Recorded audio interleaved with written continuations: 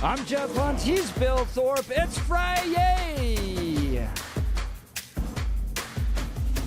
Wait, I forget. Is Tylenol back on the menu?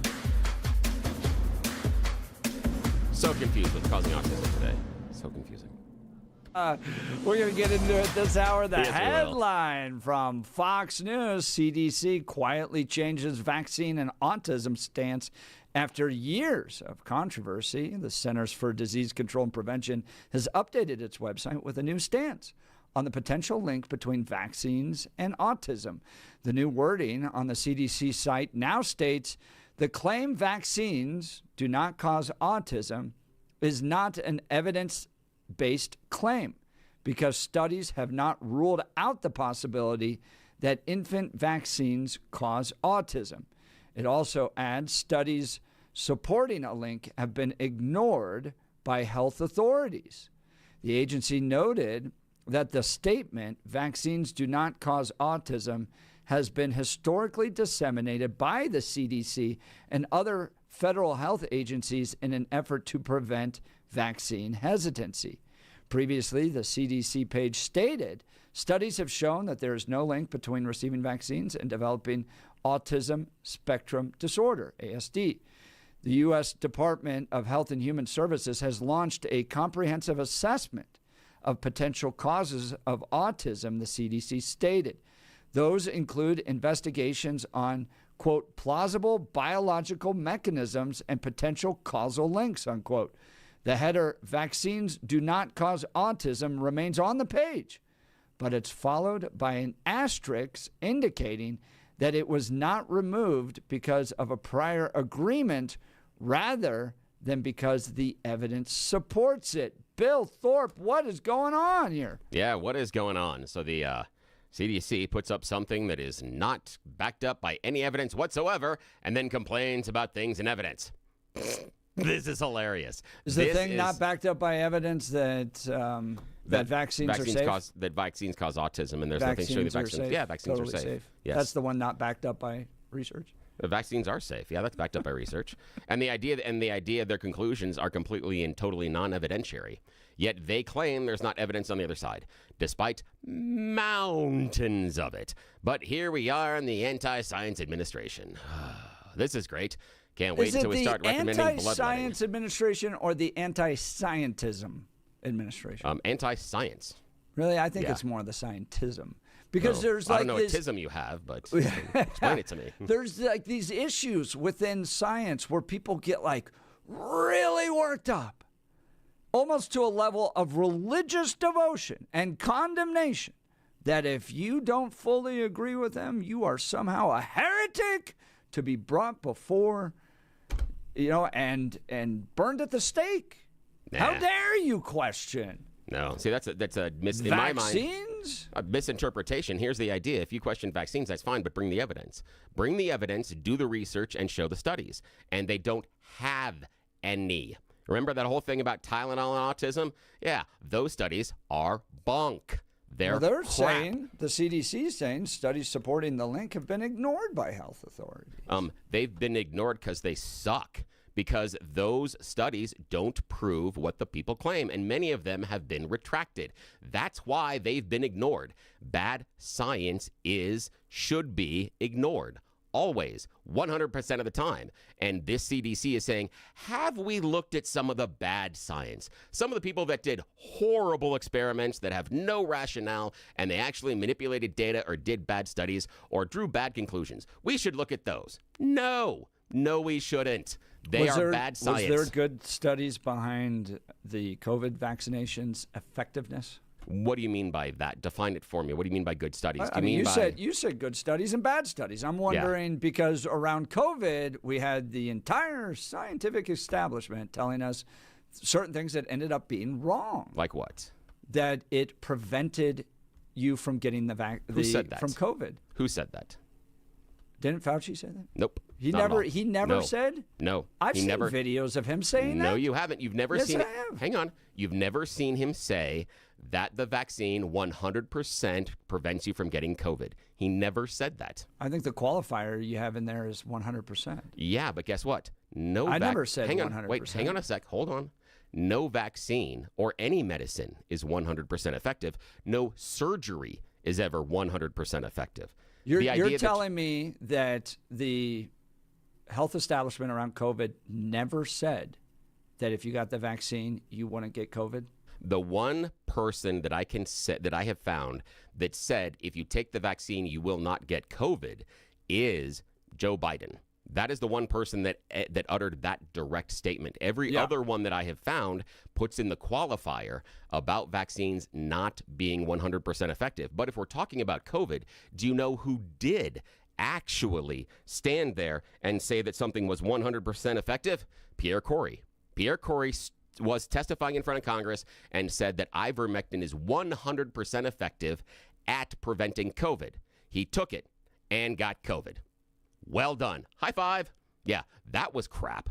But I can't find any major scientists. I can't find anything out there that shows them making a recommendation that says the vaccine is 100% effective. The only phrase I can find on that is Joe Biden saying if you take the vaccine, you won't get COVID. He was wrong. That was dumb. That was stupid. But I've got a long laundry list of miscommunications and wrong stuff that both the Trump and the Biden administration said about the vaccines and about COVID. There's a long list of that crap.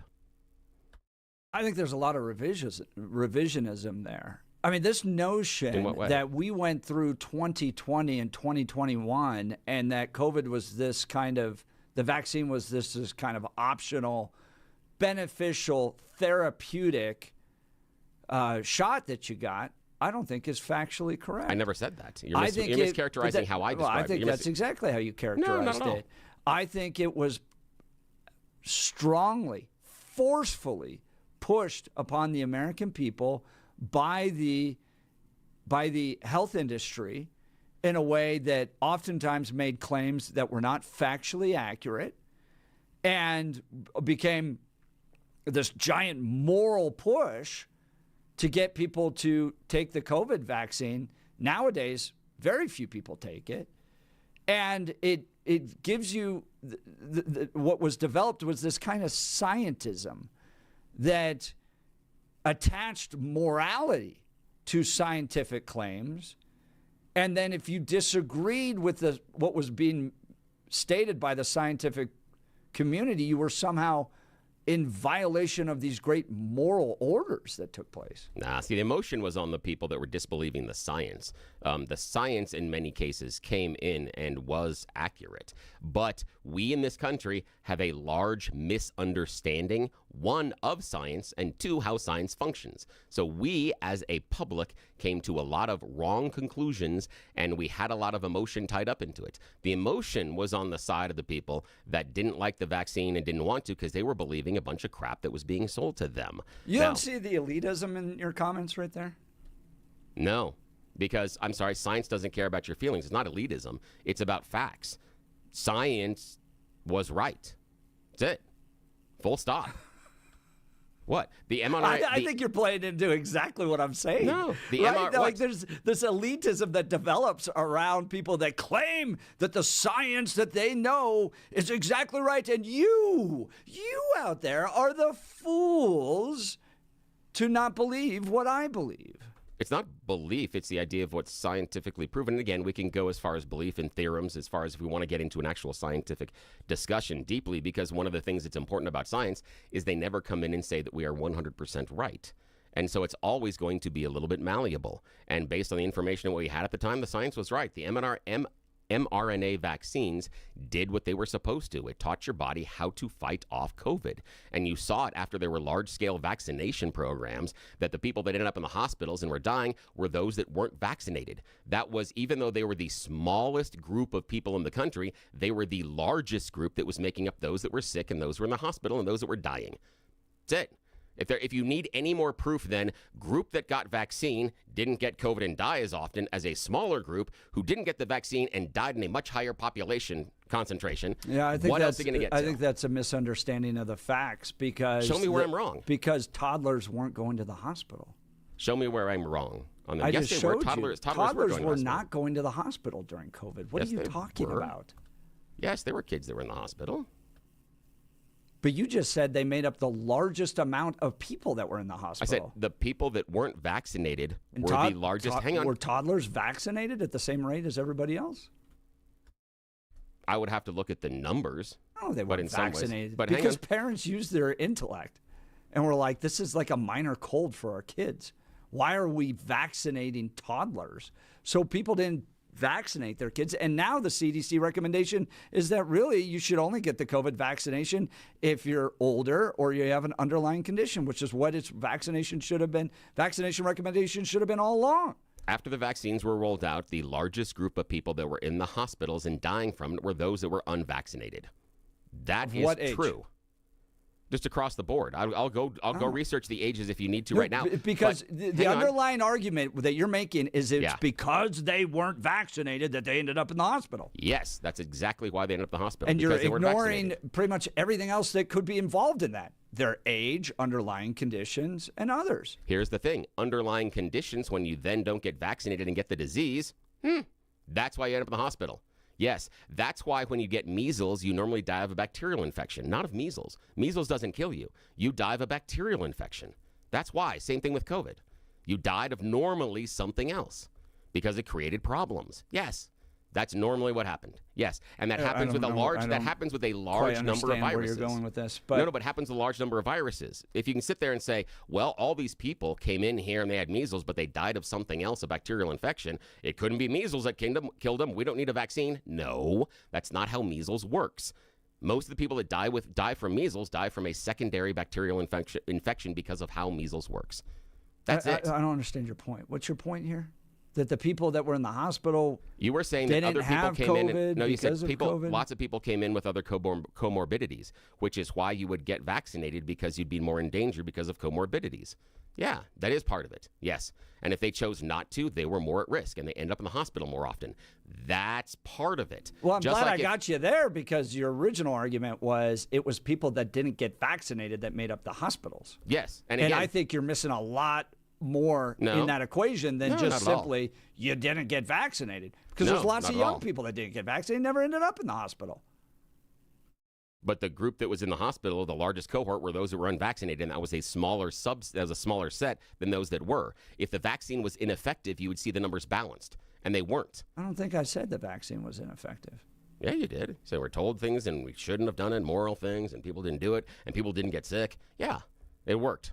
I pointed out that the medical establishment early on claimed, and I think there's plenty of evidence, we'll pull it up, that if you got the vaccination, you didn't get COVID. They were wrong. And that was part of my evidence that there's this element called scientism that exists where people claim that their review of scientific activity is correct and they are morally superior to anybody that disagrees with them. And in fact, you're not just disagreeing, you're a morally bad person for not believing what they believe. Yeah, and I think that exists. Yeah, and I think we heard a lot of it in the last 5 minutes. Yeah, but your statement is fundamentally inaccurate. No vaccine ever prevents you from getting a disease.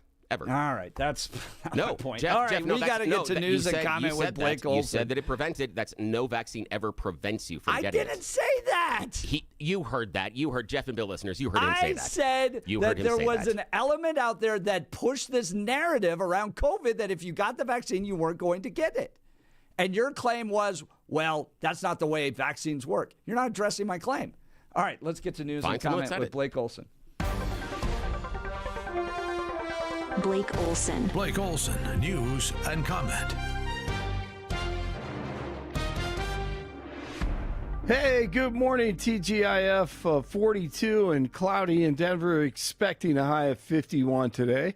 News sponsored by Pastor Camp Heating and Air Conditioning at 303-777-1234 to learn more about special savings opportunities on Lennox equipment.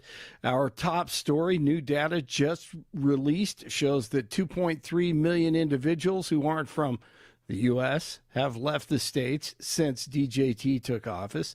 That is progress. It is working, and DJT is now planning to open, here's more good news, more than 1 billion acres of U.S. waters to drilling for fossil fuels. And Hakeem Jeffries, after his team was exposed a couple of days ago, communicating with Jeffrey Epstein after he was found guilty of his evil. Now Jeffries a little on edge, dealing with every subject. This morning on CNBC, talking about Obamacare, it got a little ugly.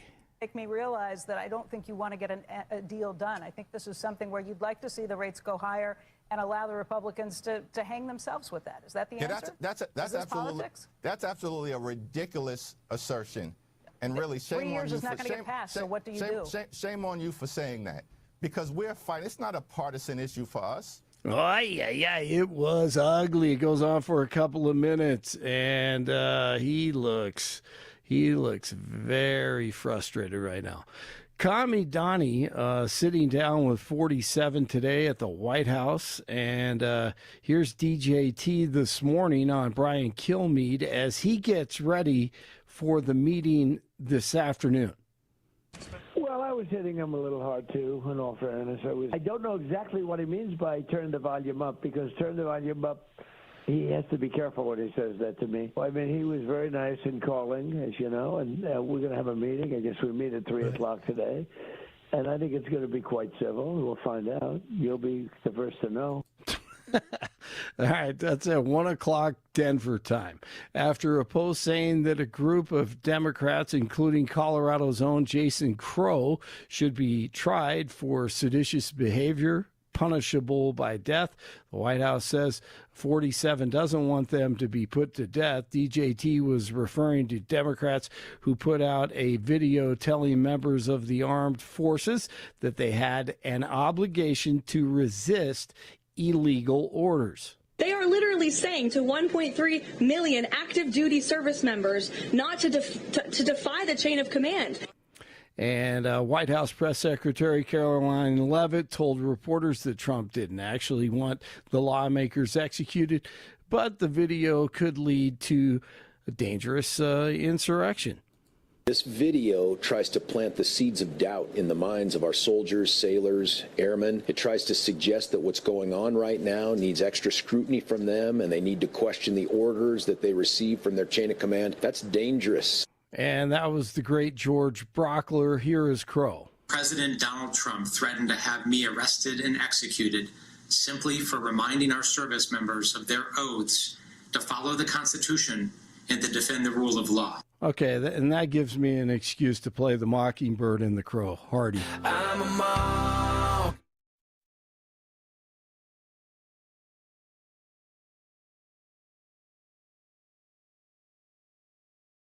I'm going to play it right after the show here. The Coast Guard out with a new policy that doubles down on its current one regarding hate symbols. In a policy released Thursday, the Coast Guard said divisive or hate symbols and flags are prohibited, and added that includes nooses, swastikas, and any symbols or flags co-opted or adopted by hate-based groups. This comes after multiple reports said the Coast Guard was moving to label such symbols as potentially divisive, however you say that word, divisive, potato. A final ruling on the deportation of Kilmar Abrego Garcia. Remember him?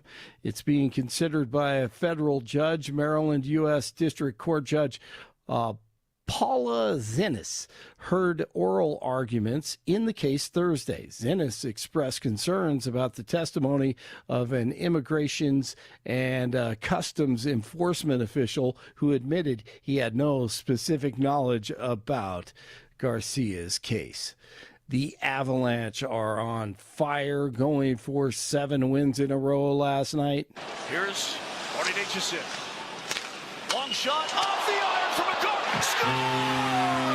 Nathan McKinnon. Thank you, Mo. Back his second goal of the.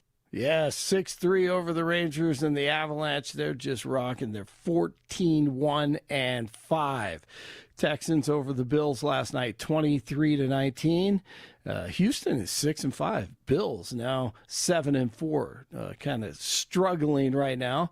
See if they can bounce back. The Broncos off this weekend, but Shedeur Sanders will start for the Browns against the Raiders. A lot of people will be watching that on Sunday. College football tomorrow. Once again, Arizona State at Colorado at Folsom Field, CSU at Boise State. And at the Academy, New Mexico, they're rolling.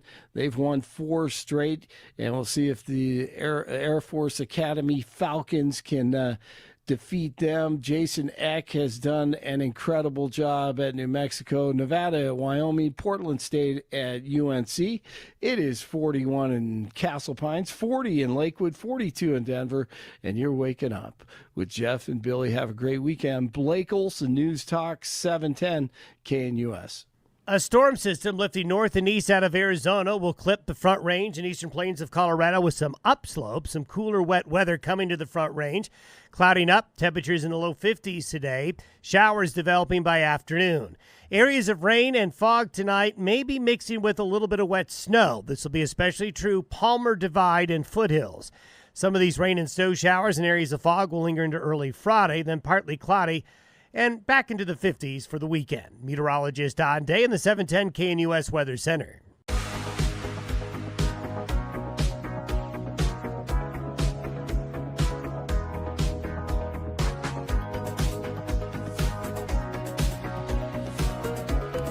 Welcome back to the Jeff and Bill Show. The CDC quietly changing vaccine and autism stance after years of controversy. The new wording on the CDC's site now states that claim vaccines do not cause autism is not an evidence-based claim because studies have not ruled out the possibility that infant vaccines cause autism. It also adds studies supporting a link have been ignored by health authorities. The Children's Health Defense applauded the update, saying finally the CDC is beginning to acknowledge the truth about this condition that affects millions, disavowing the bold, long-running lie that vaccines do not cause autism, said Mary Holland. No studies have ever proved this irresponsible claim. On the contrary, many studies point to vaccines as the plausible primary cause of autism. Thankfully, HHS has now launched a comprehensive assessment on the cause of autism, including an investigation of plausible biological mechanisms. Others saying that this is wrong. Here's the American Academy of Pediatrics. Studies have repeatedly found no credible link between life-saving childhood vaccines and autism. Scientists are learning more about potential causes of autism all the time. One thing we know with certainty is that vaccines are not one of the causes. There is no single root cause of autism. Bill, what is happening? We're going anti-science, and we're posting stuff on the CDC website that's not true or backed up by really anything. But it's what we feel. What do you expect when you've got RFK Jr. as the head of HHS? He doesn't know what he's doing, so this is what we expect. That's exactly it. He's even had to walk back his little Tylenol speechy thing, too, where, no, there's no causal relationship. Had to release that because the studies they relied on were crap. What causes autism? It is a neurological issue, and there are a variety of number of genetic things that have been pointed to. There isn't necessarily one cause, but you know what it isn't? Biological. There hasn't been any studies that have been able to prove that it's a biological component, which would include your vaccines. So why would genetics lead to this change? In 2014, about 1 in 31 were identified with autism. In 2000, it was 1 in 150. Because of an expansion of the diagnostic criteria. That's it. There's nothing out there. So the people born in 2000 can't be diagnosed with autism? It's an expansion of the criteria, so they can be if they go back and then get reevaluated, and that's why you have more people. So the people that were there in 2000 could be diagnosed and have autism in 2015. That's an expansion of criteria diagnoses. It's not a new case of autism. That's it. That's all it is. There is nothing that anybody's been able to point to that shows a biological component Everything shows it's an expansion of the diagnostic criteria. So the numbers are the same as they've always been? We just diagnose it better? The numbers would increase if you diagnose it more, yes. And that's kind of true over the all course of science. So they just need to go back. The older people, I mean, they're still around. It's not like they're gone. And guess what? And there are people in their 30s and 40s that have autism. Yes. There are people that have been diagnosed with autism right, in their 30s because and autism 40s. lasts your entire life, right? Yeah, and they've been diagnosed with it, and some have been diagnosed later in life. Yes. Yeah, it's an expansion of the diagnostic criteria. Tiers 1 and 2 didn't exist in the mid-90s and early 2000s. Simply didn't exist. So there's more diagnoses because we've expanded the criteria. That's it. That's all this is, but it's a misunderstanding. I'm not sure that's the case. That seems wildly reductionistic in my mind. In what way? You're essentially making the argument that there's nothing causing any new forms of autism, that autism has been at a standard rate for all of history. We just identify it better. Yeah. And you sure that's the case? Yes, and that's been the case of a lot of things. We've had a lot of different varieties of cancer for years, yet we've gotten better at diagnosing them. There are all sorts of things over the course of medical history that shows that to be true. And again, I am open to a biological component or causation inside of autism, but it needs to be proven first. I'm not going to start from the position of, well, obviously this is biological because I can't explain it. I'm going to look at the testing, I'm going to look at the vaccines, and I'm going to examine the science. And what has been shown so far is there is no biological component. This is a diagnostic component. That's why we have the expansion. Yeah, here's the CDC's own website. Autism rates have increased significantly. Because we've diagnosed more. Yeah, duh. That's just... No, I understand why it's hard frankly, I think that's ignorant. I'm sorry. What do you mean? I think Tell me why you think it's you're ignorant. just going, well, we just know how to study it better. And I go, well, those people from the study I just talked about are still alive. And there's no rate going, oh, yeah, no, we went back to all the people born in 2000 and the rate's the same. The rate's not the same. They're still alive. They're still here. What do you mean by the rate at which they're diagnosed is not the same? So you're looking the total you're looking number, for the total percentage number of people who have autism has we've changed. Expanded, yeah, but we've expanded the criteria. You're of going, well, we changed. expanded the criteria, so we look at it more. And I'm going, well, the people that are born in 2000, one of the numbers I cited earlier, are just 25 years old. And it hasn't been like, oh, yeah, we went and talked to them and we realized that what we thought was just normal actually has autism. My bad, we got it wrong. How do you know the person that's 25? The rate has gone up. Hang on a sec. If a person was alive at 2010 and wasn't diagnosed as autism, and now is alive in 2025 and is diagnosed with autism, that same person, and it's because the criteria expands, that is an expansion of the diagnoses of autism. Not a new case. That's an expansion of the diagnoses. That Correct. person still had autism. Hang on a sec. Wait, Bill, let me finish rate this. Wait, hang on a sec. That would also increase the rate. That person that had autism in 2005 and then wasn't diagnosed in 2010, when the criteria changed in 2025, that would show an increase in the rate of diagnoses. It would give you exactly what you are claiming, yet it's not an increase in actual cases of autism. It's an increase in the diagnosis so I just want to be clear criteria. on that. You do not believe that there has been a change in the rate of people getting autism. What I'm saying is I don't see a biological component. That so far has not been proven. Everything that I've seen so far is an expansion of diagnosis criteria that shows the expansion of autism. If someone can show a biological component, not biological. That's part of it, But yes. why wouldn't and if someone can show me a biological component, I am open to it. All right, so if I guess if you don't have an autistic kid, or maybe you do, give us a call. I mean, because I just find that wildly reductionistic and just being like, well, no, we got better at diagnosing it. No problem here. Move along, the rest of you. To me, it seems like there's a lot of parents out there that are deeply concerned about this, and I don't think, particularly under the Biden administration, you got any answers. And I'm grateful that the Trump administration has made this such a big issue to confront and to go out there and to do research. And I think it's dismissive to just go, well, we've gotten better at diagnosing it. All right, let's talk L&L Heating and Air Conditioning. You've heard me say it before. When it comes to keeping your home comfortable, who you trust matters.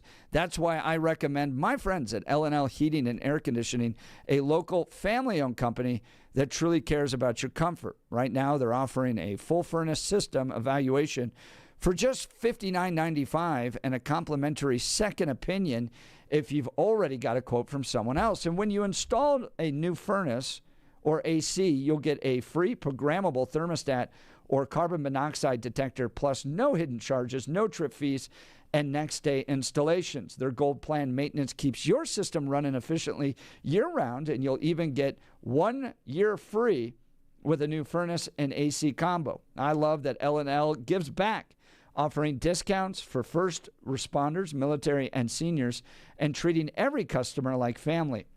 So if your home's too hot or too cold, call L&L Heating and Air Conditioning because, as they like to say, you'll be comfortable with us. Visit bestdenverhvac.com. That's bestdenverhvac.com. Phone calls coming in, text messages hot. You're listening to The Jeff and Bill Show. This is Denver's Talk Leader, News Talk 710, KNUS.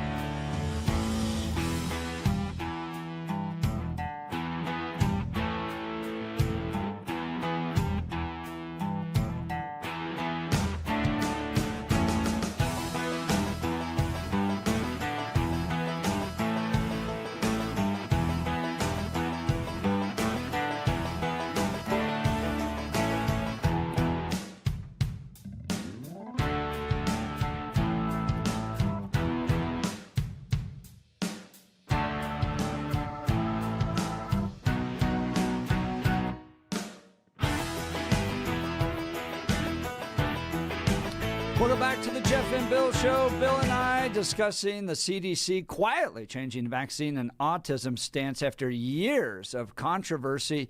A question to you, sir. Do you believe that the pharmaceutical companies have an improper influence with the CDC? What do you mean by improper? Let me know where you're going with that one. Do you think they could advance things to pad their bottom lines that maybe aren't necessarily always in the best interest of the Americans? I would submit that any large corporation that has a lot of money and a lot of paid lobbyists does have the ability to influence. However, I have not seen that influence go so far as to push the CDC to come to incorrect scientific conclusions. All right. So, yes, they can, but you haven't seen the evidence that they are. That they're pushing for scientific conclusions. I'm not saying they don't have influence, but I'm saying I haven't seen the evidence that they are changing or influencing the scientific conclusions. But haven't seen it yet. All right. Let's go to Joan in Lakewood. Good morning, Joan. You're on with Jeff and Bill. Morning. Good morning. First thing I want to say is this is pretty heavy for the last hour of Friday. I know it is. And I miss the poet deeply. So, Jeff's got a limerick later we're going to read. Okay. That makes me feel better. So one of the things that a lot of people don't get is how the medical field is collecting medical data these days. Okay? So I know from a situation in a breast clinic that they strip all of your identifying markers off of your stuff, and they put it into a database, huge databases, and then they do some manipulating of that data, and that's how some of the research is being done these days. And I sincerely think that probably they will throw AI on it, and it'll be really interesting to see what happens. But I wanted to make sure that you understood, because I have worked with the CDC. You know, I am a retired healthcare professional, and there is a difference between causal and associated with. Yeah, there is. So right now, and I want to get this out because it's really important, there are antibiotics out there that are new, and they are associated with disassociation, which sounds pretty funny, associated with disassociation in the elderly. And when the people over 80 take these antibiotics and they don't have enough fluid, they actually mentally disassociate and they become dementia-like. And I have seen several cases as anecdotally. So, and you can put it in, and it comes up right away that it's associated with it. And it's the same thing with the Tylenol. You know, they put out this thing that the Tylenol was associated with this Alzheimer's, and not Alzheimer's. Autism. Yeah. But they don't have causal with that. And I think one of the things that maybe we're looking at is some of the reasons they're opening up some of these things is because how the data is being harvested off of people's medical. Yeah. Now, Joan, the one thing I'll push back on that is the Tylenol studies did not even really create an association, because the Tylenol studies were so poorly done. The one major study that RFK Jr. cites the most often didn't control for things like family genetics. And what happened was, when they controlled for families, they saw kids that were in the exact same household, under the same medical care, receiving the same vaccines. Some got autism, some didn't. They also saw people that never took Tylenol ever during pregnancy had kids that had autism. And that's the problem, is the association at the core inside of those studies didn't exist. There was recently a British study that came out that looked at those Tylenol studies in depth and found most of them were piss poor. Sorry about the language, but that's what they said, that it was just an awful series of studies that were poorly done, poorly evaluated, and didn't come to the conclusions that they purported. And in fact, 7 out of the 9 they looked at, the people inside the research study said there is no causal or associative factor with Tylenol and autism. So it said exactly the opposite of what RFK Jr. was saying. You know what? You have just really made me feel much more confident in the science that is being associated with what is happening with the CDC. Yeah, but it's not scientifically backed, Joan, and I appreciate it. Oh, sorry, I cut you off there. Go ahead. What do you want to say at the end there? I sincerely believe that things are changing as far as research is going. And I also know that some of those data researches can be very flawed because they are looking back at certain things. So I do know that I have written 42 scientific papers in my lifetime, and they've been peer reviewed, and I understand the whole process. It is difficult to prove anything, even causally. And one of the most interesting papers I wrote was about how at the Denver Zoo, these birds were getting salmonella from the crickets that they were being fed. I was never able to prove that, but it was associated. Yeah. And, Those distinctions are important. Thanks, Joan. But I mean, here's Harvard Medical using Tylenol during pregnancy may increase children's autism and ADHD risk. So Harvard got that one wrong, you think? Which study is it? I mean, what's the study? The one from 2025. Well, the thing is that I'd have to see exactly the one, because the British Medical Journal looked at 9 of the top studies, found no correlation. They found, and the studies were crap. So I'll have to look at the Harvard one. But the Harvard one doesn't say causal, does it? No, it says and may. So, yeah, may. and so, to that distinction and understand that association would be something like this. An association means you see something that is in a group that doesn't exist in another group necessarily. So you could say that diets actually make kids fat because the fat kids are on diets and the kids who are not on diets aren't fat. That would be an association claiming that diets make kids fat. So that's how incorrect it is. Go back to our conversation on the pharmaceutical industry's influence in the CDC. Here's an article from NPR back in 2017 citing a newly published study back then from JAMA of Internal Medicine. The long arm of the pharmaceutical industry continues to pervade practically every area of medicine, reaching those who write guidelines that shape doctors' practices, patient advocacy organization, letter writers to the Center for Disease Control and Prevention, and even oncologists.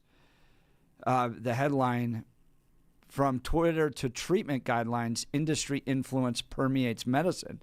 I think what is going to be RFK Jr.'s great contribution during his tenure is going to be exploring and cutting off some of the pharmaceutical industry's influence in the CDC. I mean, you have the NPR saying it pervades practically every area of medicine. Yeah. Here's the thing, though, is you're also ascribing negativity as if they're influencing it in a negative way. And remember, the guy that started the entire idea of vaccines causing autism, Andrew Wakefield, was a gastroenterologist who was paid by a bunch of lawyers who were trying to sue to do an autism study about vaccines causing autism. His study was 12 kids, some of whom had autism before getting a vaccine. His study was retracted and has been debunked, and he's agent zero on the idea that autism and vaccines are linked. You're proving my point that you can have undue influence in medicine, and my critique all along was against this notion of scientism, that somehow you embrace this superior way of looking at science and then condemning everybody, when what a lot of people are trying to point out is that there's a lot of forces driving a lot of these things. Here's the thing. The scientism in that description that I have is from Andrew Wakefield. The scientism comes from Pierre Corey. The scientism comes from Steve Kirsch. They're the ones that are doing what you're talking about because they're the ones that are using studies that have never been peer reviewed. They're using studies that are incorrect, that have come to the wrong conclusions, and they're using information that is completely and totally bunk in order to push narratives that are untrue. That's the scientism. Andrew Wakefield, Pierre Corey, Steve Kirsch. Are those the guys that did the original lawsuit? Those are the guys that during the time. One, Andrew Wakefield is the guy that starts the autism being caused by vaccines. Pierre Corey, people that are longtime listeners to this show will know his name and voice, along with Steve Kirsch. Those are the dudes that pushed the alternative therapies for COVID that were completely and totally unproven. Pierre Corey's the dude that said that ivermectin would prevent COVID, took it, and got COVID. Yeah, but did they force everybody to take ivermectin? See, that's the challenge that I have is you can go like, well, those guys are all wrong, of course. But the level of moral force that came from Fauci and others is nowhere matched on that other side. Anyways, we'll continue. You're listening to The Jeff and Bill Show. This is Denver's Talk Leader, News Talk 710, KNUS.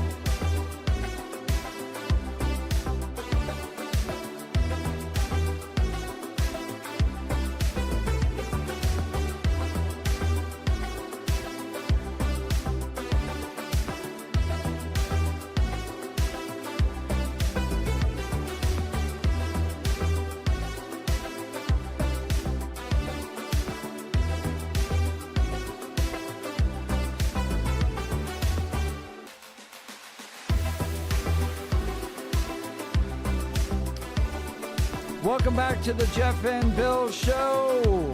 Hey, you got to get a new stove or stovetop? We got the selection help for you at Mountain High Appliance. Their clearance center offers a huge selection of ranges, refrigerators, washers, dryers, and more. Save up to 60% on open box, scratch, and dent display models and overstocked appliances from Bosch, Thermador, KitchenAid, and many more. When you're looking for great deals on appliances, think Mountain High Appliance Clearance Center for the best prices and selection. 601 East 64th Avenue, 601 East 64th Avenue. Bill, what a way to finish the week. It was amazing. I knew that vaccines and all that would get us going again. We'll be back next week. Don't miss out. We'll be back. You're listening to the Jeff and Bill Show. Have a fantastic weekend. We are Denver's talk leader. This is KNUS.